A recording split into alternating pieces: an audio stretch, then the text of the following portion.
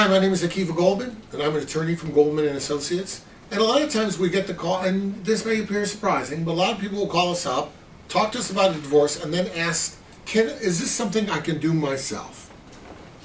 Well, you know, folks, in the law, there are certain situations where a person is really not allowed to self-represent. The court won't let it happen.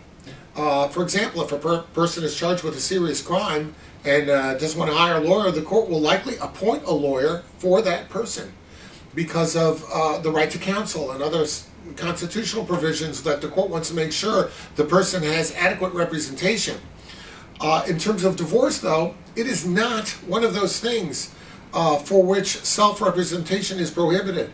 It's certainly one of those items that a person is allowed to self-represent. The question is not can you do that, the question is should you. There are a million ways to screw up a divorce. There is really only one correct way to do it properly. I would tell you that representing yourself in a divorce is like driving down I-75 with a blindfold on. You might get to where you need to be, but odds are you're going to hit the wall a few times, and there's going to be bloodshed, and there's going to be a lot of trauma from that exercise. And it's the same with representing yourself. It's possible that you may fumble your way to the end, and you may ultimately get divorced. But more likely than not, the issues of custody, parenting time, support, alimony, debt resolution, pensions, insurance, health insurance, all these things that are going to come into play, you are simply not going to be qualified to navigate that any more so than I would be qualified to do your job. You know how qualified I would be to do your job, whatever that job may be. Maybe you're a truck driver, maybe you're a school teacher, whatever you are, maybe you're a dentist, I don't know. But how good would I be at doing that job? You know how good I would be? I would be terrible because I don't have the training, I don't have any experience, I don't have the know-how. The same as if you try to do my job. You're going to do a god-awful job at it because you're not going to know.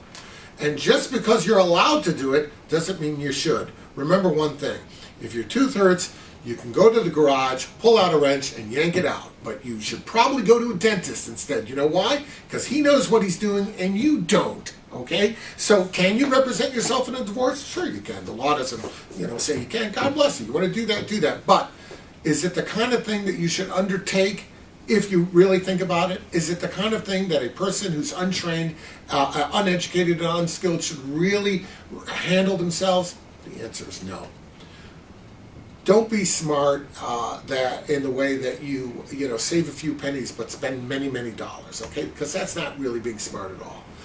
Don't outsmart yourself. Hire a lawyer, get appropriate consultation, find someone who shares your same vision about how you want the case to end. That's the person you should hire. And ultimately, yeah, it'll cost you some money, but at the end of the day, it'll be done properly and to your satisfaction. And really, that's the most important thing.